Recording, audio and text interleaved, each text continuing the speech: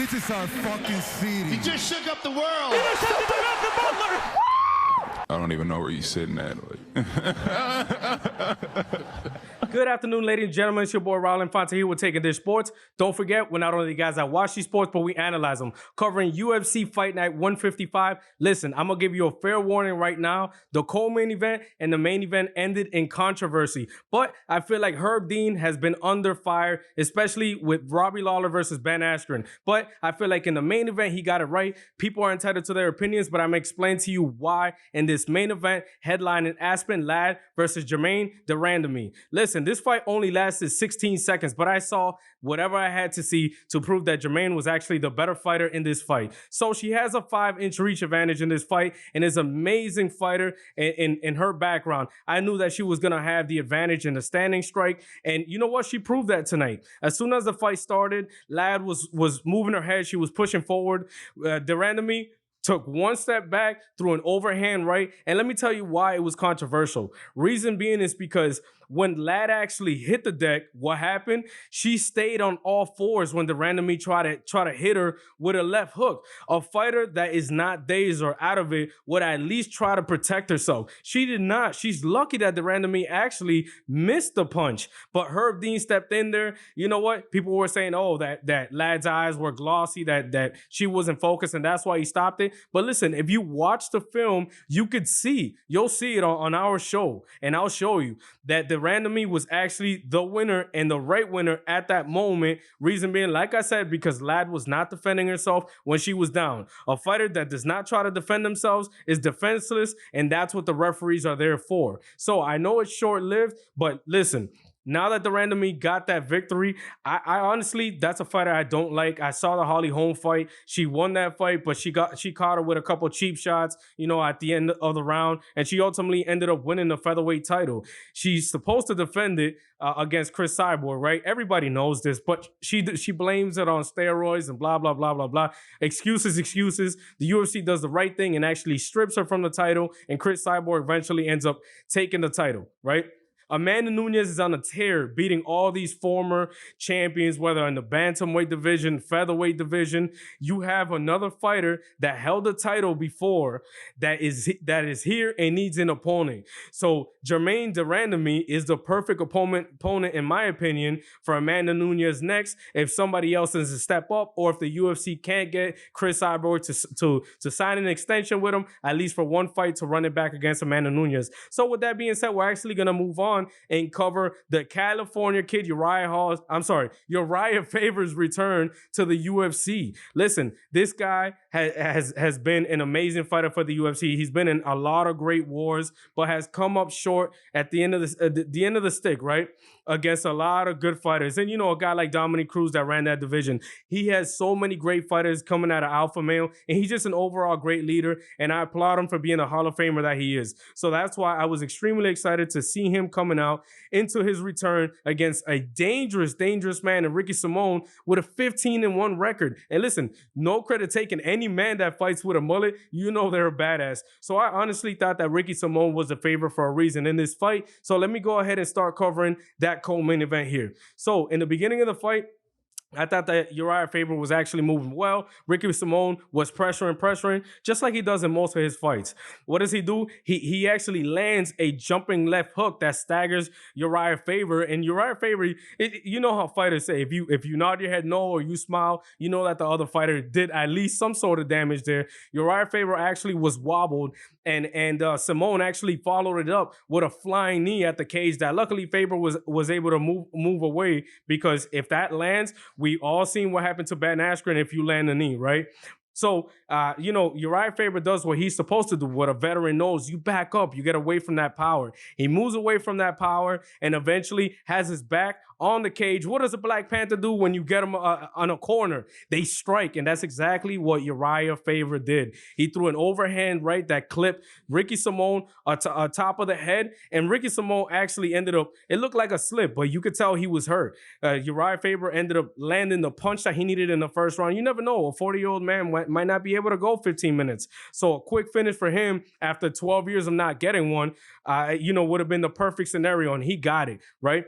after he hurt Simone, Simone actually pulled guard and was able to flip Faber and actually pull guard again. You know, a couple hammer fists here and there. I didn't think that he was done, but guess what? The referee ended up stopping the fight, and that's why I thought it was controversial. I'm on the flip side. A lot of people thought that the main event was controversial. I don't agree with that. Simone, there's nowhere in there that I see that Simone was out of the fight. He was defending. Yes, did he take a couple hammer fists? Yeah, absolutely. It's part of the fight game. So that's why I was extremely upset that Urijah Faber was able to get that victory in that way, even though I was going for him to get that victory. But it is what it is.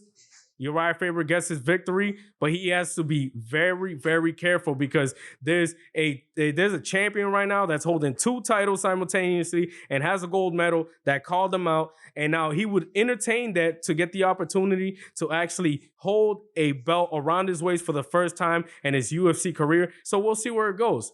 So next, we're actually gonna cover the following fight, which was one of my favorite fights, if not my favorite fight, which was the Josh Emmett fight, and we're gonna cover that after this short break. Hey guys, don't forget to like, comment, subscribe, and don't forget to hit that bell button for more notifications. So with that being said, as I promised, we're going to continue on with Emmett versus Bektic. Bektic. Listen, Bektic was the favorite in this fight. He came out 13-1 record, but you know what? Josh Emmett felt disrespected in his own hometown, and he proved that tonight with a TKO victory. Ho! Did I spoil that too early? Listen, we're going to cover this fight like we do with every single fight. So, as I promised, here we go with the first round, the first and only round. So, actually, Emmett starts off fast. I like what he's doing. He's moving, and Bektic actually comes out being the aggressor, and he's the aggressor for most of the round, actually the entire round before he gets stopped. He actually throws 2 overhand rights that I like. You know, you never know. You'll see what happens. You can hurt Emmett. We see what happens against what happened against the Jeremy Stephens fight, right? But Josh Emmett is actually being very disciplined, keeping his left hand up.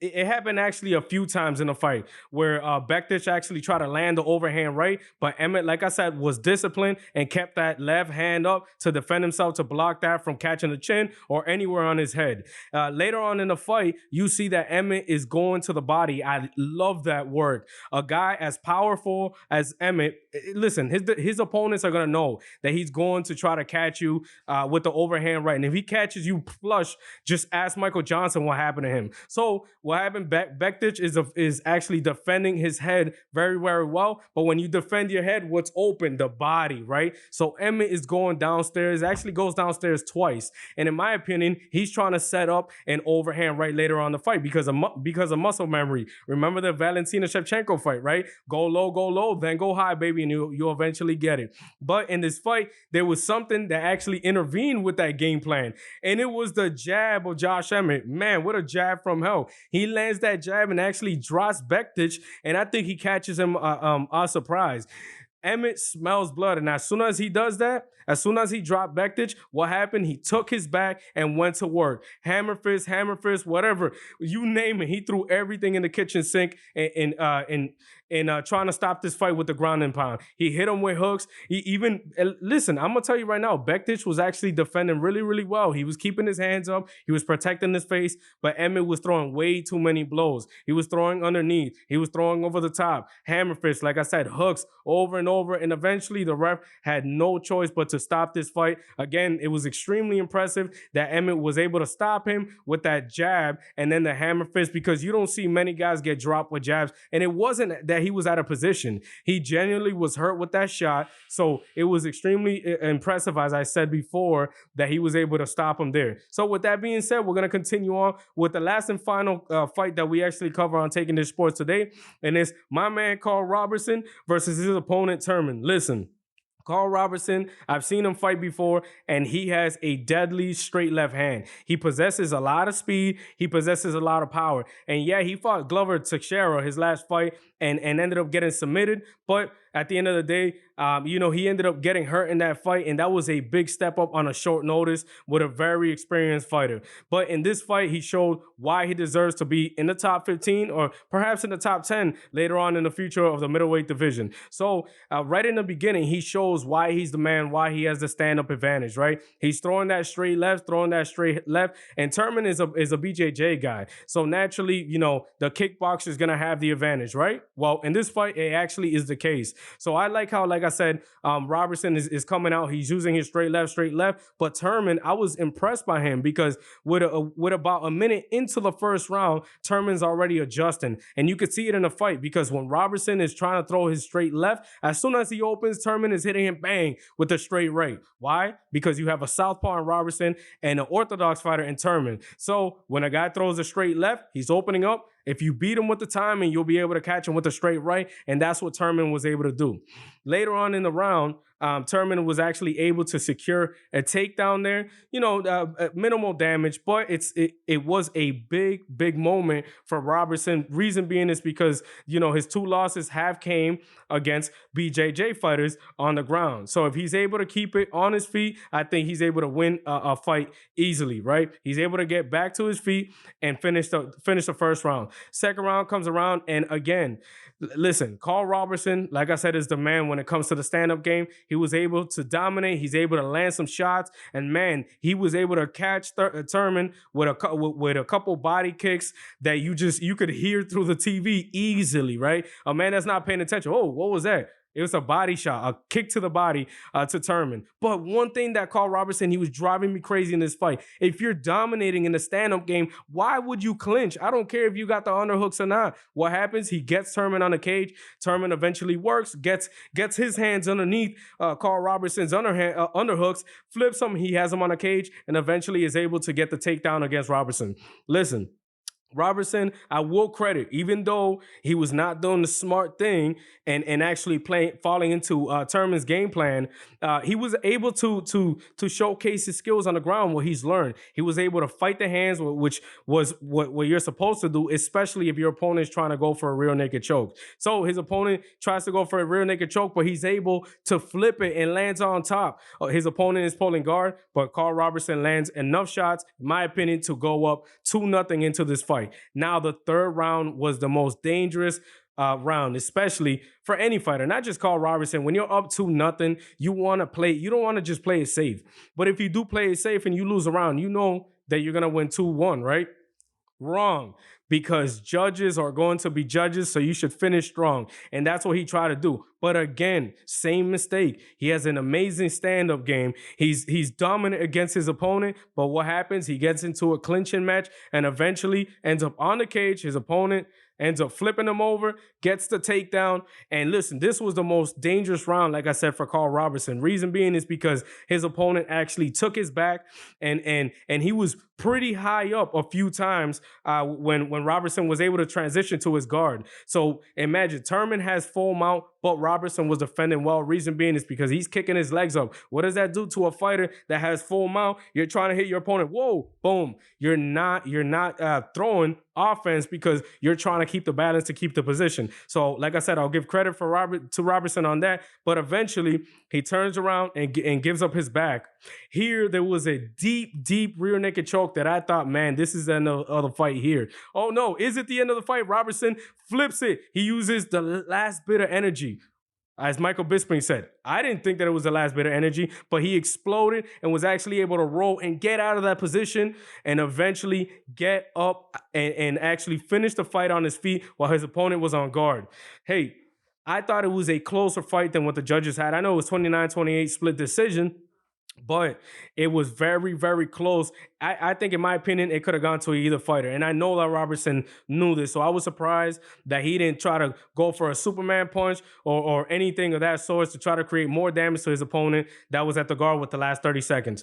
But he ends up getting the W, and I thought it was impressive, like I said, because he was able to show his ground defense, and obviously he has the kickboxing background, so he was able to showcase his stand-up in this fight and show why he was dominant, not only against his other opponents, but this great opponent with a 13-1 record.